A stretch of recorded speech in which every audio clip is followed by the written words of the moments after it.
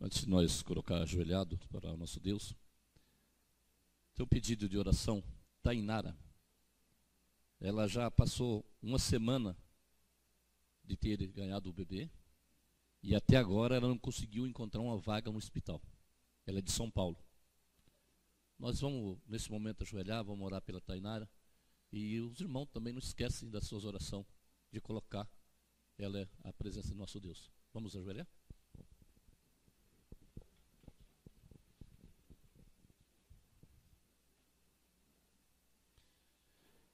Te louvamos, Senhor Deus, pela sua grandeza em nossa vida, pela presença do teu Santo Espírito nos dirigindo.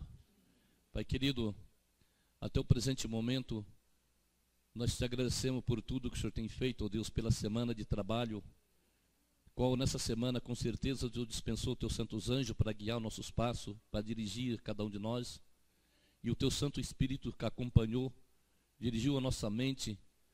Pai querido, se nós pecamos, com certeza, na tua santa presença, que nesse momento seja purificado por ti. Possamos ser transformados com o poder do Espírito Santo, ó Deus. Nesta manhã do teu santo dia, encontramos na tua casa de oração. Como a chuva cai lá fora e rega a relva e as plantas, o nosso coração nesse momento seja regado com o poder do Espírito Santo. Pai, venha estar também presente nesse momento com a Tainara. Aonde ela se encontra no seu lar, aonde estiver, querido Deus. Pai querido, que o Senhor possa abraçar ela sentir abraçada por ti. E nesse momento ela sente o poder do Espírito Santo em sua vida. Que ela possa, ó Pai, ter essa criança com toda alegria em seu coração. Mas o Senhor dirigindo tudo, Deus. Que o Senhor seja o médico dos médicos na vida dela também. Aqui também na nossa igreja, ó Deus. E também irmão, ó Pai, irmã que se encontra enfermo, muitas vezes no seu leito de dor, na sua casa. Pai querido, por favor. Neste momento esteja com eles também, ó Deus, aliviando a dor de cada um, querido Pai, mas que seja de acordo com a tua santa e bendita vontade.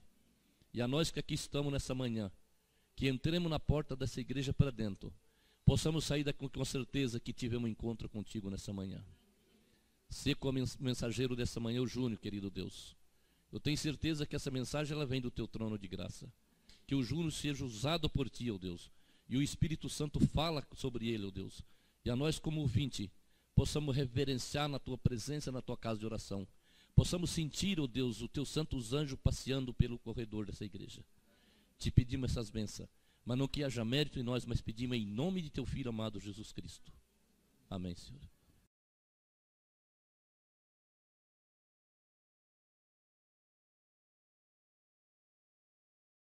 Um bom sábado a todos vocês. Mais de 15 anos de adventismo. Preguei em algumas igrejas muito menor do que a do Sítio Cercado, outras um pouco maior. E toda vez que eu venho à frente, o nervosismo impera.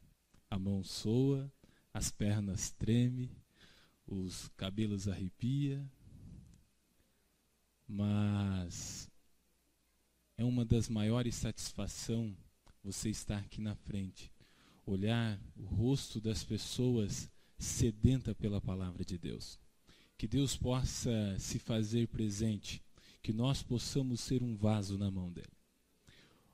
Hoje, o Ministério da Mulher tinha uma estratégia, levar o culto até 10:45, assim as mulheres já ficam aqui e tudo mais fácil.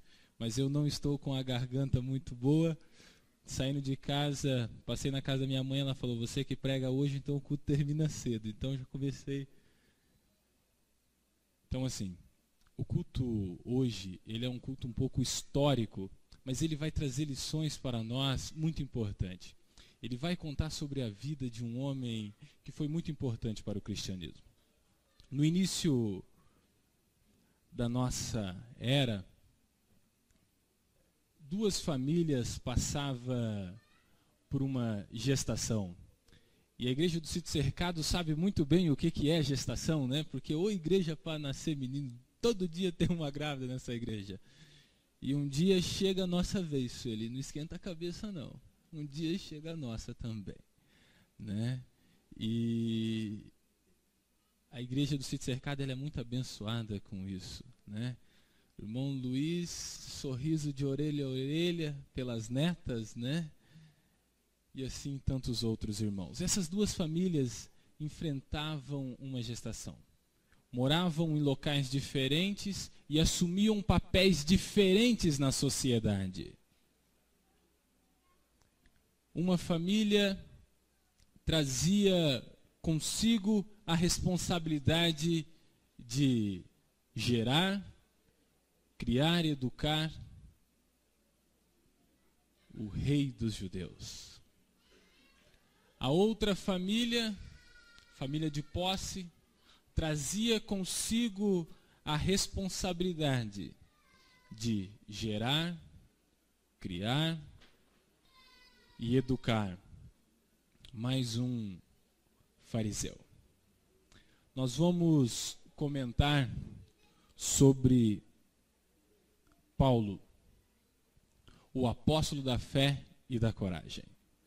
Paulo, os seus feitos está por todo o Novo Testamento, digamos assim, e na página da história também. Fez história na Grécia. Até hoje, grandes livros gregos trazem relato sobre sua passagem pela Grécia.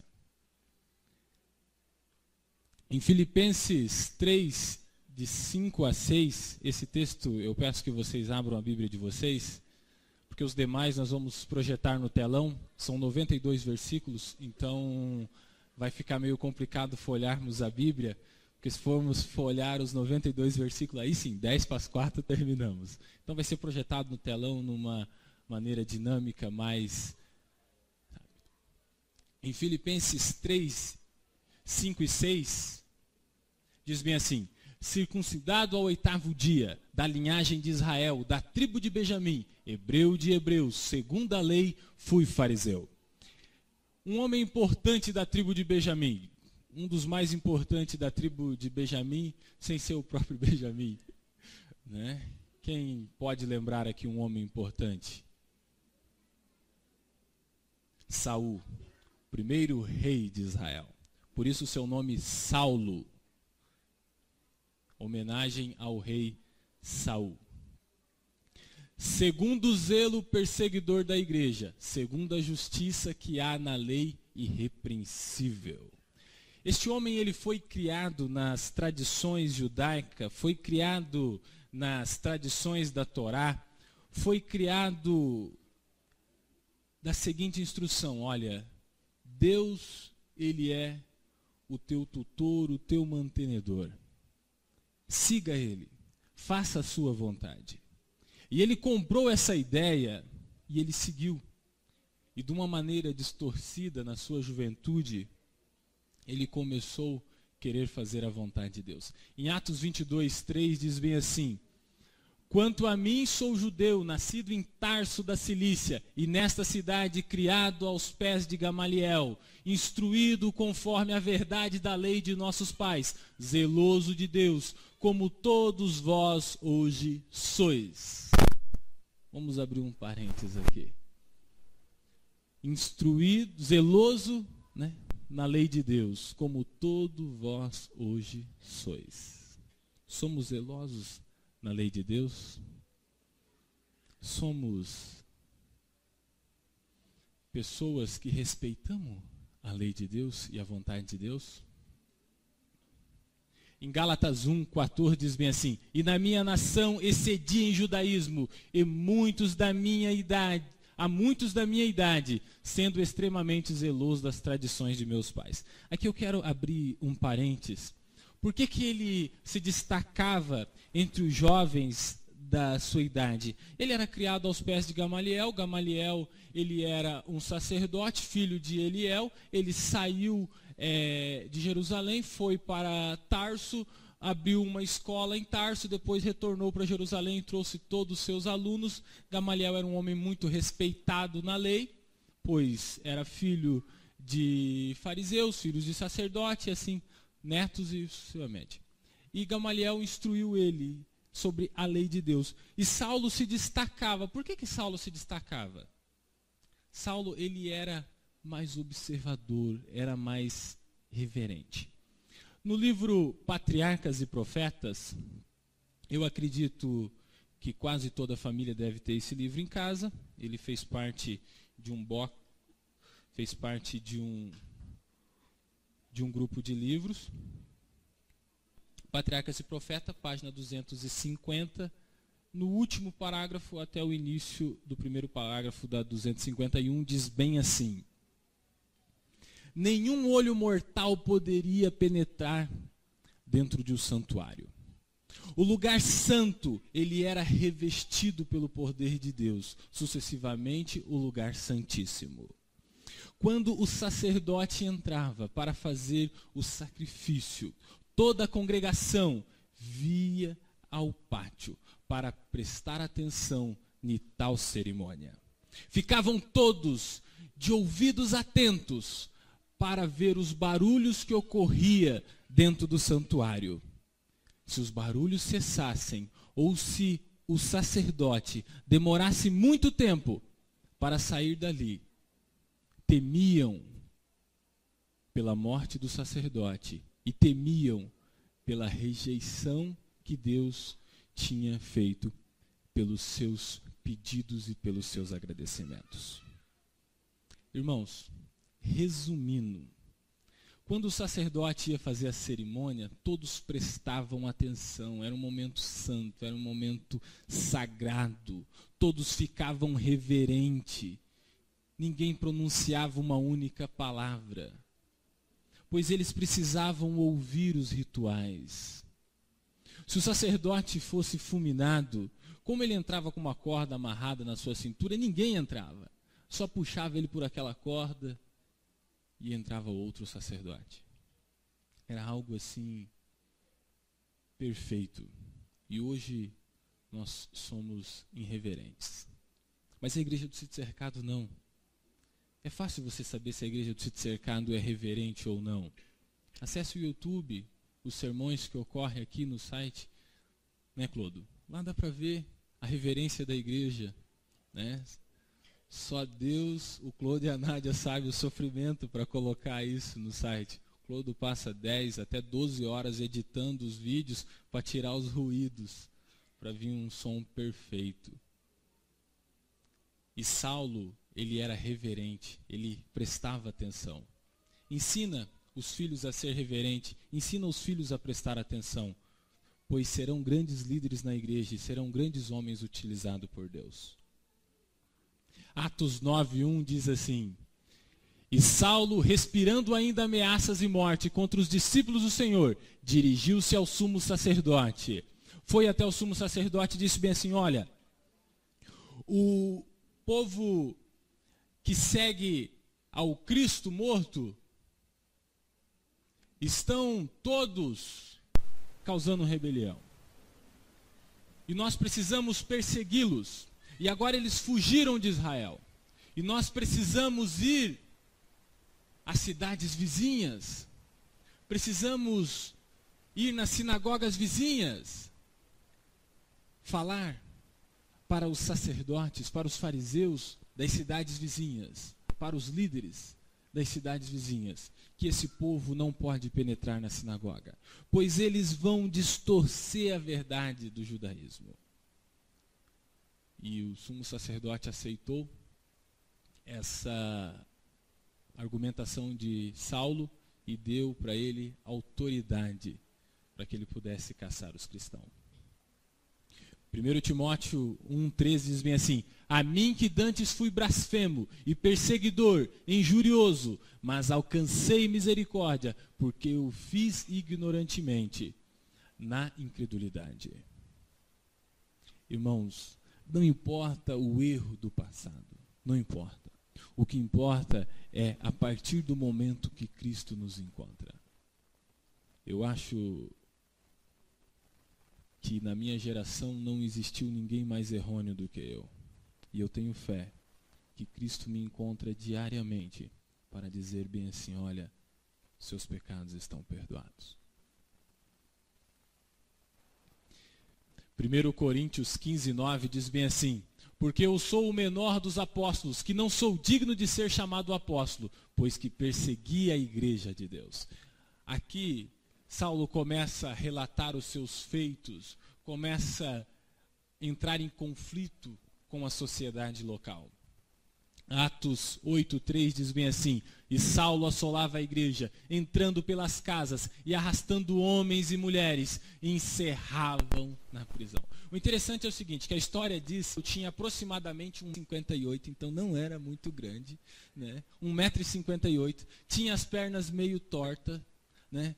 Era magro, tinha o nariz um pouco comprido, estilo assim, europeu. Então não era um homem, o olho era meio junto, meio fundo, né? Mas isso fica para os historiadores, né? Então as mulheres que suspiravam com os feitos de Saulo, precisava de um homem assim, sabe que não é dos mais belos, né? Mas o homem era tinhoso, o homem era sério, e ele entrava nas casas, assolava as pessoas, faziam as pessoas blasfemar palavras, o cabra era muito. Mas ele era sincero.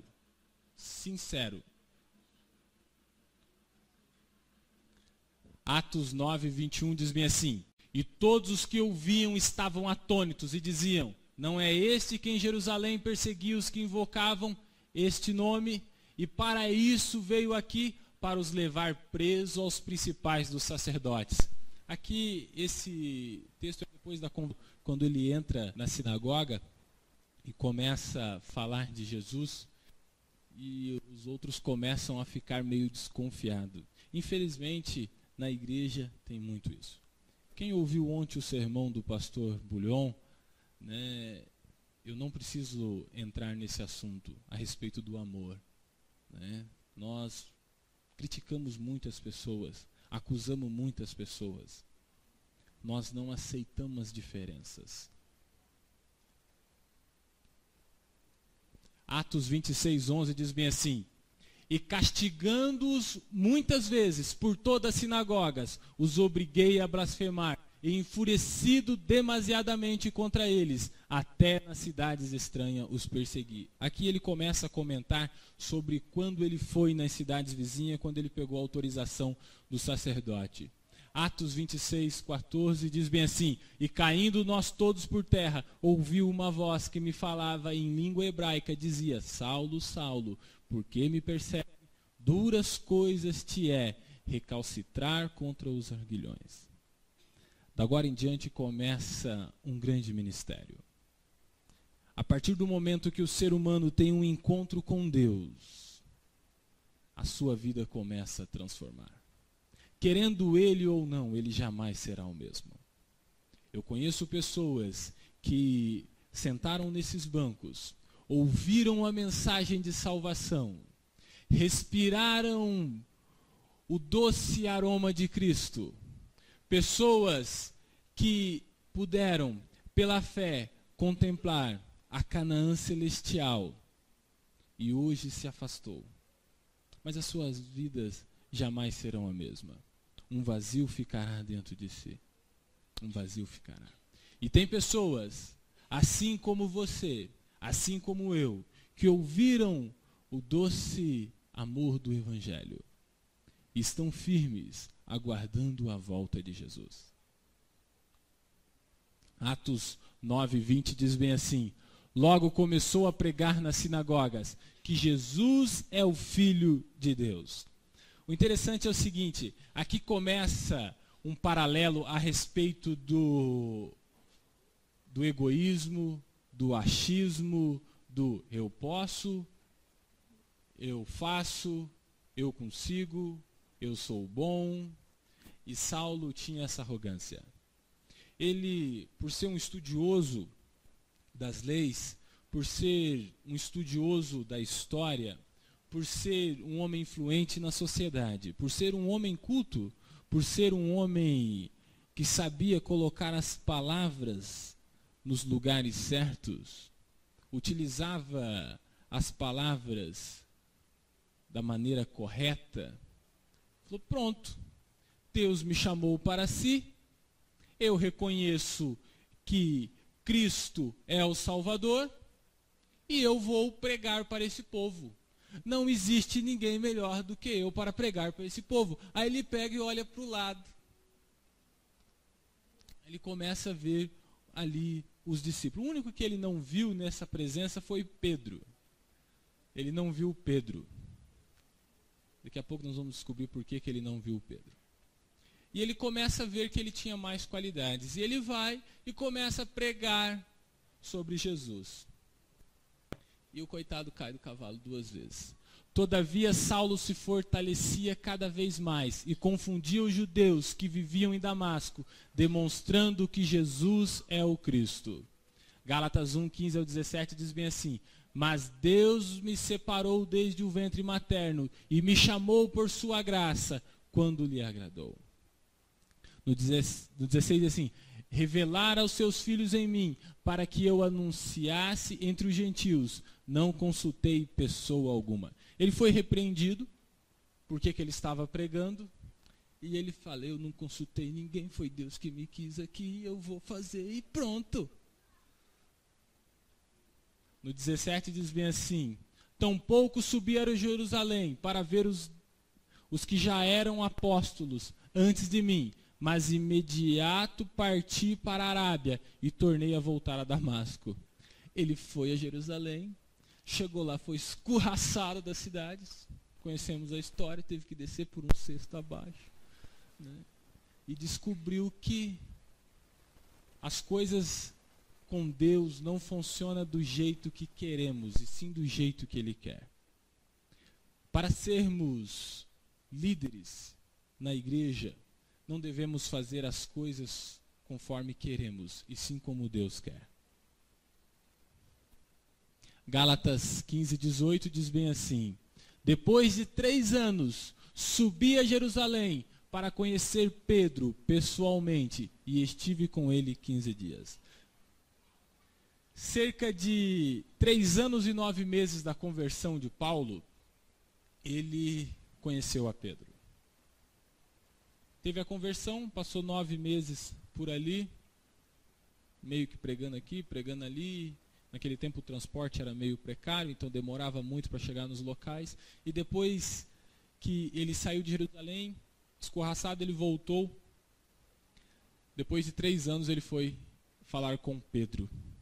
Alguns dizem que devido às campanhas evangelísticas eles não se encontraram. Mas outros dizem que Pedro tinha medo de encontrar Saulo, e eu sou mais da segunda opinião, né? Pedro, não é que ele tinha medo, é que faltava coragem, né? Vai que o homem queria me pegar. Atos 9, 26 diz bem assim: quando chegou a Jerusalém, tentou se reunir-se aos discípulos, mas todos estavam com medo deles, não acreditando que fosse realmente um discípulo. Passou 3 anos. Nesse período da conversão de Saulo, nós temos um dos textos mais famosos de Atos, porque assim, o livro de Atos ele foi escrito por Lucas, né, o historiador, então ele não segue à risca, ele dura alguns anos.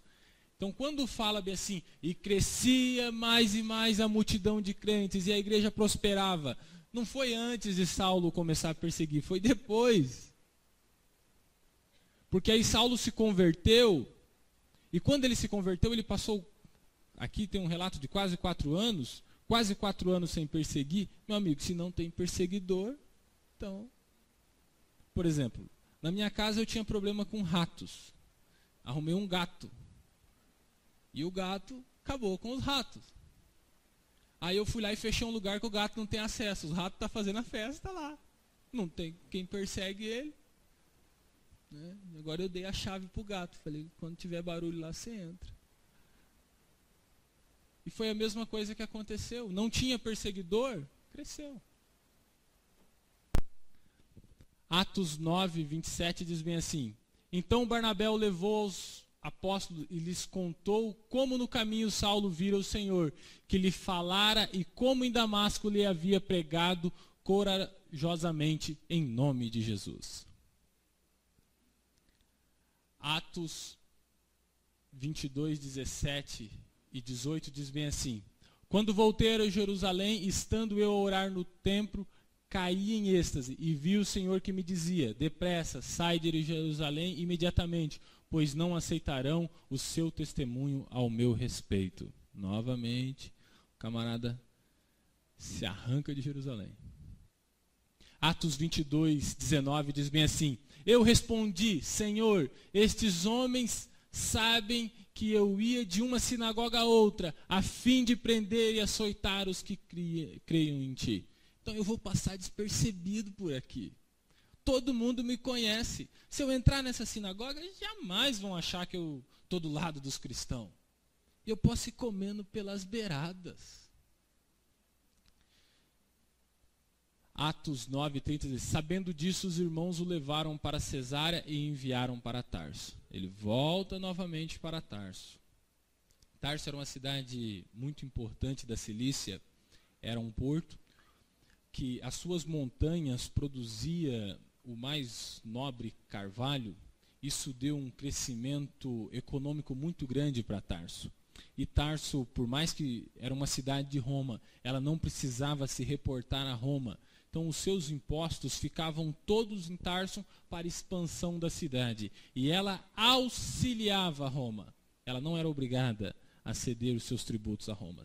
Com isso, grandes homens de Roma foram para Tarso. Grandes homens de Jerusalém também foram para Tarso. Pessoas com poderes aquisitivos. Nessa campanha foi o pai de Saulo. Como ele tinha muito dinheiro, né, e para ele conseguir entrar em Roma, comercializar e fazer seus grandes feitos, tinha vontade de ser um diplomata, a história nos diz, ele comprou a cidadania romana. A partir do momento que ele comprou a cidadania romana, né, os seus filhos já nasciam romanos e tinha a dupla cidadania. E eu vou dizer uma coisa para vocês, é complicado tirar a dupla cidadania. Tem o Calil que trabalha comigo, olha, o Calil vai, tira um xerox, leva lá, Polícia Federal, a delegada federal, mais grossa do que um dedo destroncado, né? Mais seca que um prato de farinha, ela chega para ele e fala: tá errado esses papel. Os mesmos que ela pediu, manda ele voltar para casa de novo. Aí ele vai lá, gasta com mais protocolo, gasta com mais xerox, né? E são caro, você vai num cartório, vai no outro, tira uma certidão aqui, uma outra certidão ali, e ela sempre está recusando ele, sempre recusando. Né? Ele é libanês, que é a dupla cidadania, já tem filhos já brasileiro, está há alguns anos no Brasil, então ele quer a dupla cidadania, mas não está conseguindo. Por quê? Porque não tem dinheiro. O dia que eu fui com ele, tinha um italiano lá, com 2 advogados, o camarada estava com um terno Armani, né? Falando fluentemente o inglês, era um italiano, falava fluentemente o inglês, muito malemar o português, e ela atendeu ele muito bem, tudo, e nós estávamos do lado, ela pediu meia dúzia de papel, e para o Calil pediu uma biblioteca inteira. Atos 9:31 diz assim: a igreja passava por um período de paz em toda Jerusalém, que nós comentamos. Atos 14:27 diz assim: chegando ali, reuniram a igreja e relataram tudo o que Deus tinha feito por meio deles e como abrir a porta da fé aos gentios. Saulo, quando ele voltou para Tarso, nesse porto, ele começou a pregar não só para os judeus que viviam ali, começou a pregar para os gentios. Pois ele tinha uma facilidade no idioma, então ele pregavam para os romanos, pregavam para os gregos, pregavam para os europeus, pregavam para qualquer um que estava disposto a ouvir sobre Jesus. E nisso a igreja ela crescia cada vez mais e mais entre meio aos gentios. E esse relato conta quando deu aquele conflito da circuncisão, quando veio Pedro, veio todo mundo e disse: não, mas para eles entrar, eles têm que ter algumas regrinhas, né? Sendo que Cristo, a única regra que ele pede para que nós seguimos ele é que nós amamos e amamos ao nosso próximo.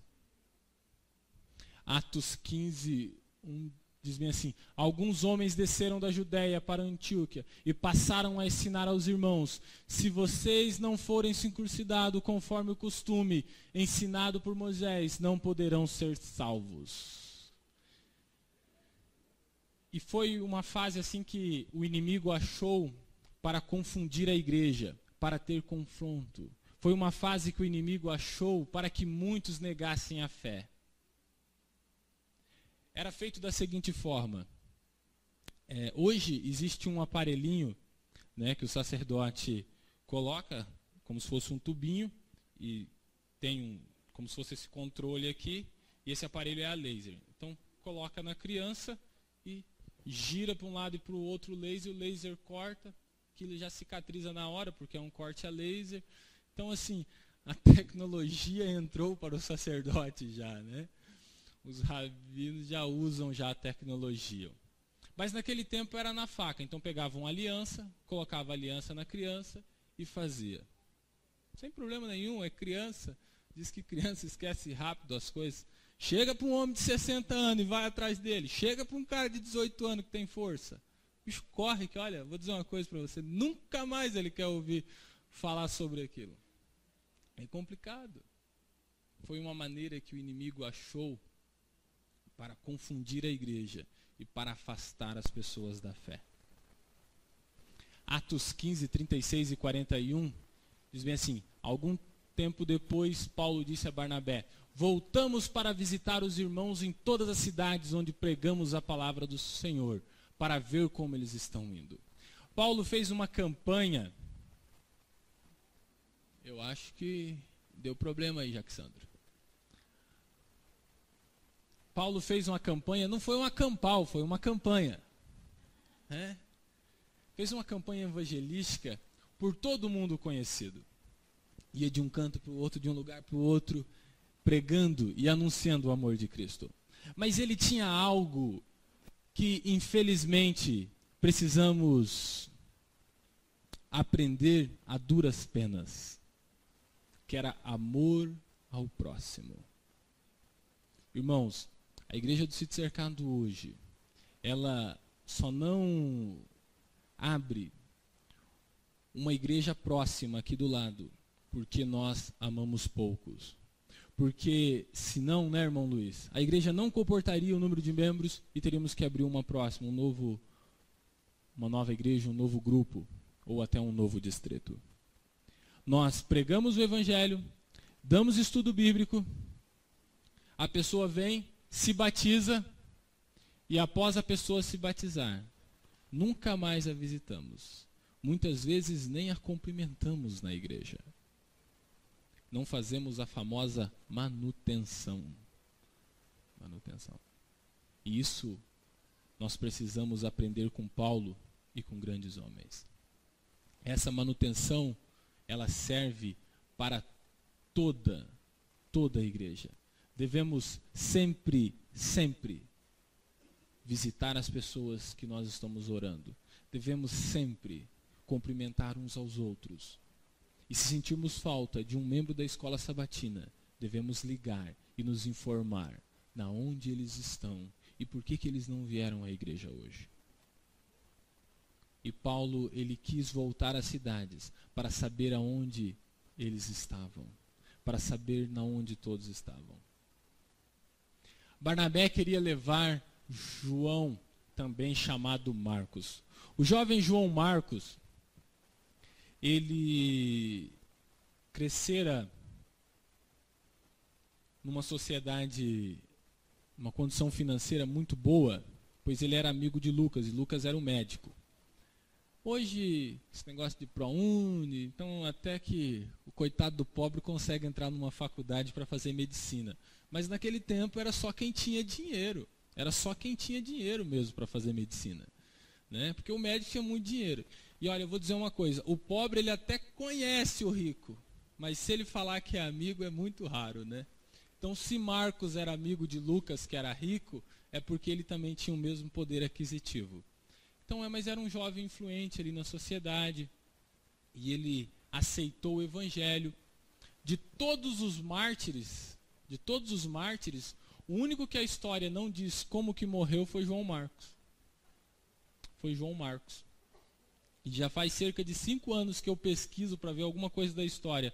Como que foi a morte de João Marcos e eu não achei.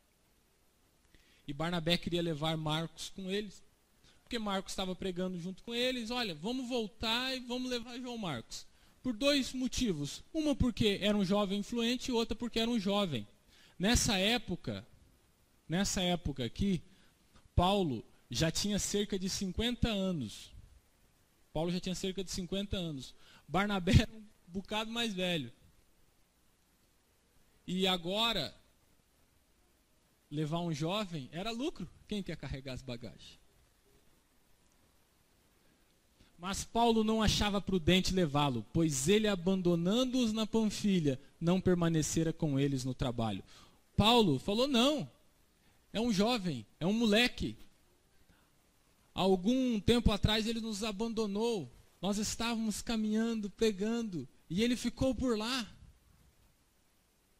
A história nos diz que as montanhas da Panfilha são das piores até hoje, que já tem vias e rodovias. Imagina naquele tempo o camarada tinha que andar de a pé, ainda carregando bagagem dos outros ainda. Um camarada de berço de ouro. Primeira distração que ele vê dos dois ali, ele se manda. Tinha motivo. E Paulo não aceitou que levasse João Marcos.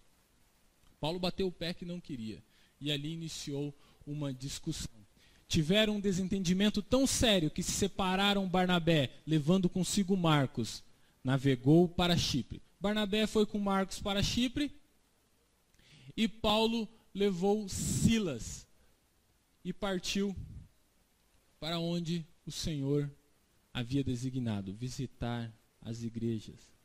Irmãos, quando líderes da igreja se desentendem, tem que ser para, até mesmo o conflito entre os líderes, tem que ser para o crescimento do evangelho. Porque aqui andava 2 homens de potencial, andava juntos 2 pregadores tremendo. Seria semelhante a essa semana que nós estamos tendo, via satélite, com o pastor Bulhão. Colocar o pastor Bulhão e o pastor Luiz Gonçalves, um do lado do outro. Aí uma hora o pastor Bulhão prega, outra hora o pastor Luiz Gonçalves prega. Irmãos, isso é desperdício. É desperdício. Por quê? Porque são 2 homens utilizados por Deus, com um grande conhecimento na palavra. Homens que não têm medo de chamar o pecado pelo nome. Eles precisam se separar para ir a lugares diferentes e alcançar pessoas diferentes. E foi isso que Deus fez. Por isso que Romanos 8:28 diz: Deus faz com que todas as coisas cooperam para o bem dos que ama e são chamados segundo o seu propósito. Deus faz, não é que todas as coisas vai, mas Deus faz. E Deus fez aí. Passou então pela Síria e pela Cilícia, fortalecendo as igrejas. Gálatas 2:10. Somente pediram que nos lembrassem dos pobres e que me esforcei para fazer isso. Essa parte aqui foi quando ele passou por Tessalônica novamente, começou a comentar, estudamos isso na lição, começou a comentar sobre as outras igrejas mais pobres, e ali os irmãos começaram a enviar donativos para que ele pudesse ajudar as igrejas. Atos 18:2. Ali encontrou um judeu chamado Áquila, natural do Ponto, que havia chegado recentemente da Itália, com Priscila sua mulher, pois Cláudio havia ordenado que todos os judeus saíssem de Roma. Paulo foi vê-los. Paulo foi ver esses judeus. E ele chegou lá e perguntou o que havia acontecido. E na noite seguinte, o Senhor, pondo-se ao lado dele, disse: coragem, assim como você testemunhou ao meu respeito em Jerusalém, deverá testemunhar também em Roma. Ele havia ouvido que Roma estava caçando a cabeça de todos os cristãos. E agora ele tinha que ir para Roma. Irmãos, os planos de Deus não são os mesmos que o nosso. O plano de Deus é que sejamos salvos. E o plano de Deus para Paulo é que Paulo fosse salvo e levasse muitas pessoas com ele. Filipenses 1:12 diz bem assim: quero que saibam, irmãos, que aquilo que me aconteceu tem antes servido para o progresso do Evangelho. O que aconteceu com Paulo? O que aconteceu com Paulo que ele não tinha medo de ir para Roma? Atos 20, 23 e 24 diz assim: senão que em todas as cidades o Espírito Santo me avisasse que prisões e sofrimentos me esperavam. Todavia não me importo, nem considero a minha vida de valor algum para mim, mesmo se tão somente puder determinar a corrida, completar o ministério que o Senhor Jesus me confiou, de testemunhar o Evangelho da graça de Deus. O que aconteceu com Paulo? 5 vezes recebido os judeus, 39 açoitados. Os judeus tinham um problema com 40, então batia só 39 só. Aí bateu 5 vezes nele. 3 vezes fui golpeado com vara, 1 vez apedrejado, 3 vezes sofri naufrágio, passei 1 noite e 1 dia exposto à fúria do mar. Estive continuamente viajando, em uma parte a outra, enfrentei perigos nos rios, perigos de assaltantes, perigos dos meus compatriotas, perigos dos gentios, perigos na cidade, perigos no deserto, perigos no mar e perigo dos falsos irmãos.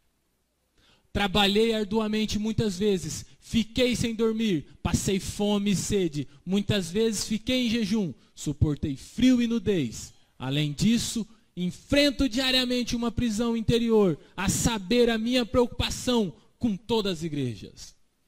Irmãos, não os sofrimentos que Paulo começa a relatar sobre açoite, sobre naufrágio, apedrejamento, não se compara com o versículo 28, além disso, enfrento diariamente uma prisão interior, a saber, a minha preocupação com todas as igrejas. Ele se preocupava com quem ele tinha levado o evangelho, ele se preocupava com quem estava sentado ao seu lado no sábado anterior, e não veio esse sábado. Ele se preocupava na onde estavam os irmãos do sítio cercado, que já fazem alguns sábados que não vêm à igreja. Ele se preocupava com os membros da igreja local, e com os membros que ele havia conhecido.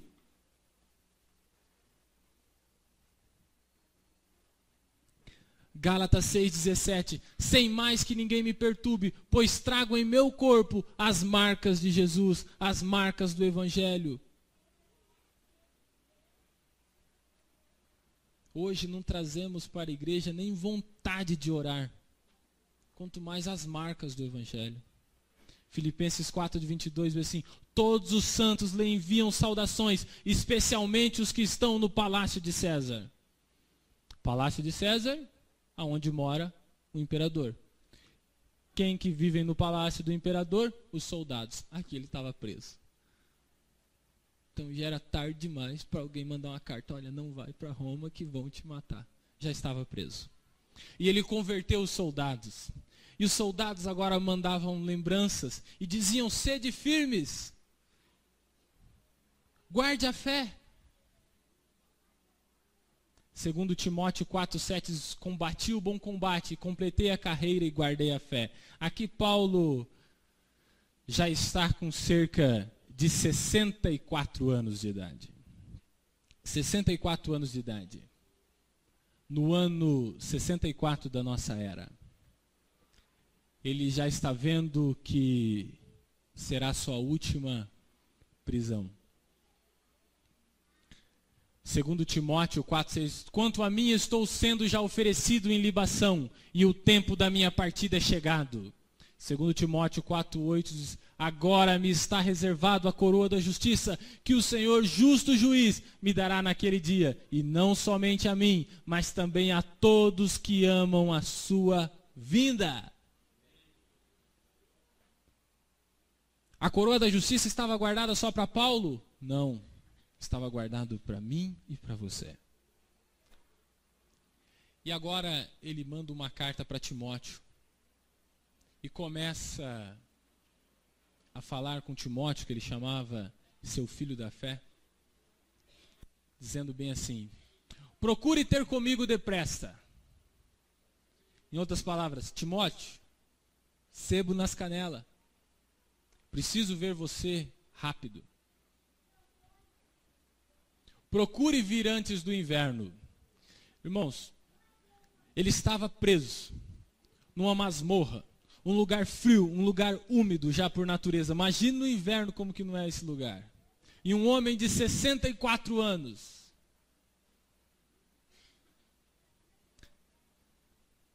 Toma contigo Marcos, pois me é útil para o ministério.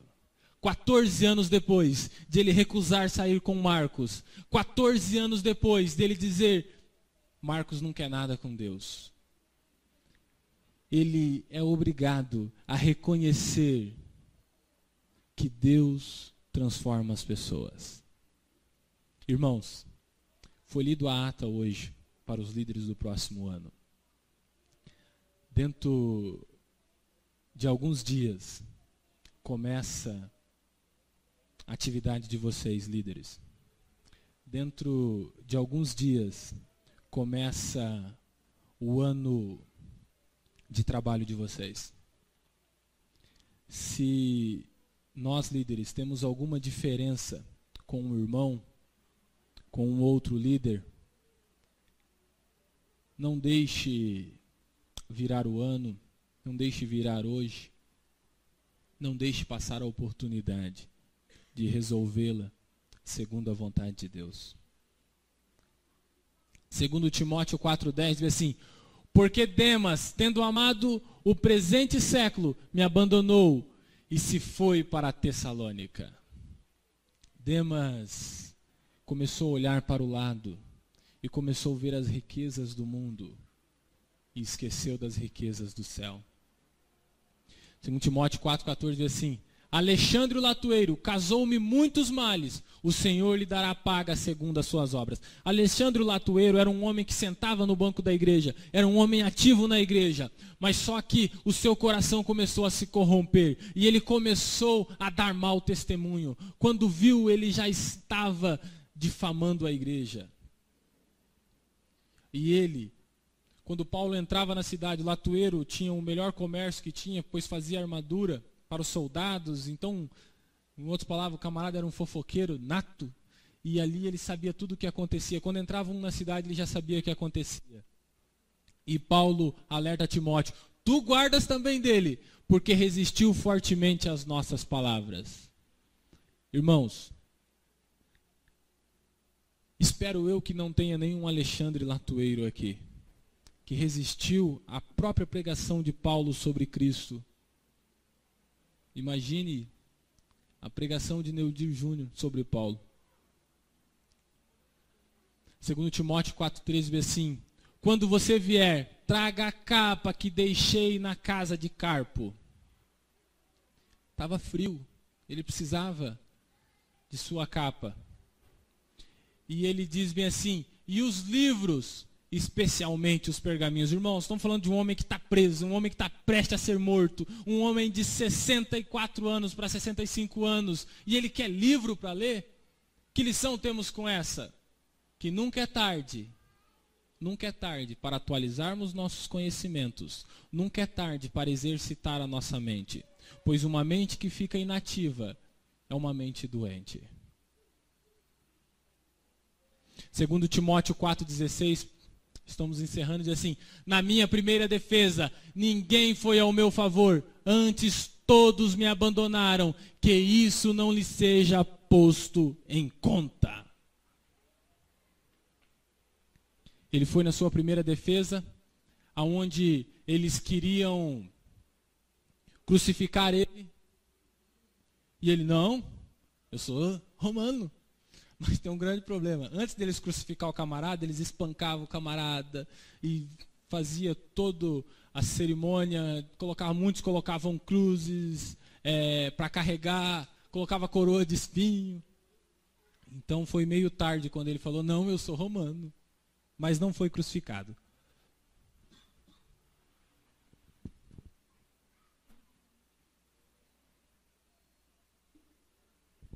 Segundo Timóteo 4,17 diz bem assim, e 18. Mas o Senhor me assistiu e me revestiu de força, para que por meu intermédio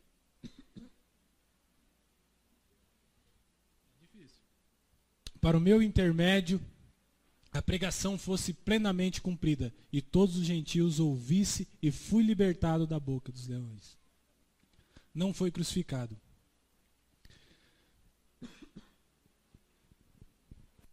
Irmãos, no ano 66 da nossa era, Nero sobe até o alto de Roma e olha a cidade e tem uma ideia diabólica.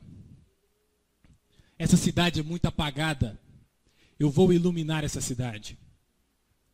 E ele ateia fogo sobre a cidade. E 10 dos 14 bairros de Roma são devastados por 6 dias e 7 noites de incêndio. E Nero agora fica vendo aquilo, mas como a cidade é toda devastada, muitos se desesperam, muitos reprovam quem fez aquilo. E ele manda que os soldados se calem, não falem que foi ele, e ele se levanta sobre as cidades em ruína e diz: é culpa dos cristãos. Devemos persegui-los, devemos matá-los, devemos causar o mesmo que ele causou a nós. E começa uma grande perseguição dos cristãos. Cristãos são pendurados em postes com betume e transformados em tochas humanas. Nessa grande perseguição, Paulo também foi martirizado. E depois de Timóteo, não vemos mais relatos de Paulo. Tinha mais alguns versículos, mas minha voz já foi, o horário também. E nós não vemos mais relatos de Paulo. Mas Paulo, mesmo sendo martirizado, ou à beira de ser martirizado, ele diz algo fantástico para nós, que eu quero que vocês saiam daqui essa manhã com essas palavras de Paulo. Para encerrarmos, vamos cantar o hino número 360. E antes de cantarmos o hino 360, quero que vocês abram a Bíblia de vocês no livro de 1 Coríntios. 1 Coríntios, capítulo 11. 1 Coríntios, capítulo 11, que diz bem assim: sede meus imitadores, como eu também sou de Cristo. Temos nós autoridade para olhar para o próximo e dizer bem assim: olha, me imite, assim como eu tenho imitado a Cristo. Me imite, assim como eu tenho imitado a Cristo. Temos nós vivido a tal ponto? Oramos. Santo e querido Deus, nos ensina a fixar os nossos olhos em Ti. Nos ensina, bondoso Deus, a Te adorar de uma forma pura, de uma forma santa e sincera.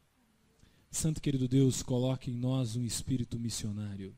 Coloque em nós o desejo de levar o Teu Evangelho. Coloque em nós o desejo de estar mais em Tua casa de oração. Bondoso Deus, pedimos que abençoe cada família aqui representada. Abençoe cada qual aqui. Nos leve para os nossos lares. Nos traga para as próximas programações da igreja. Amém. É o que pedimos pelo doce nome de Seu Filho amado Jesus. Amém, Senhor.